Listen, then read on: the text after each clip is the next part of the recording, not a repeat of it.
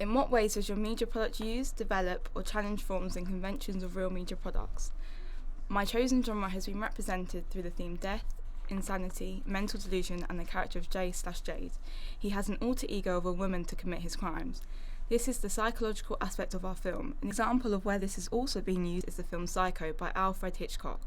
I chose to analyse the psychological horror films The Woman in Black and The Sixth Sense, as well as the horror film Scream. I found many typical conventions in the ones we follow in our opening sequence. We have developed our gentle diegetic and non-diegetic sounds in equilibrium, where the diegetic sound is often distorted to increase the scare factor within the audience. This is shown at the beginning of our production and when the villain is running out of the park. This is a diegetic sound of the footsteps. During the disequilibrium, there are lots of fast-paced shots and sounds that complements the action on the screen. For example, when the title of a film comes up whilst the villain is running back out of the park, the music gets louder to portray his lethality. There is a vulnerable character in the villain. We also include a fade to black to create suspense, creating an enigma that keeps the audience guessing. We challenge conventions of a typical psychological horror by using bright lighting, whereas in other films they may use low-key and gloomy lighting to show the binary opposition theory by Claude Levi-Strauss. We have used the convention of using slow-paced shots until the real drama happens, where we have then put some fast-paced shots in. This creates tension between the film and the audience. Moreover, our villain is dressed in all dark colours as this connotes they are evil. Similarly, lighter colours are used for the victims to portray their innocence and purity. The difference in colours also make it clear to the audience the binary opposites, which is a convention in horror films, for example Scream. We also followed the convention that is frequently used in the film Psycho of using low-angle camera shots to show the strength of the villain and the vulnerability of the victim. However, we have also challenged this as it changes so the victim is shown to be less vulnerable as she fights back.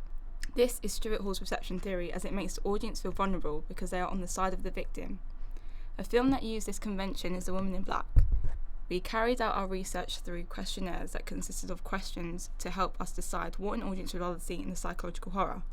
For example, the results of the questionnaire showed that people like seeing close-up shots in psychological horrors.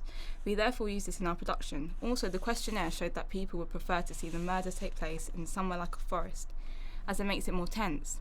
We also took this on board and filmed in a woodland area, which also follows a convention in many horror films, as it is a dark, isolated place where no one is around to help.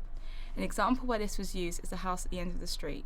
We used light lighting to portray how the character is in the dream, so it's not supposed to be in normal. This also shows the distortion of the film, how everything is not what it seems.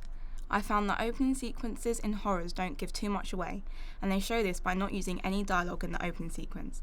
An example of where this was used is in The Woman in Black.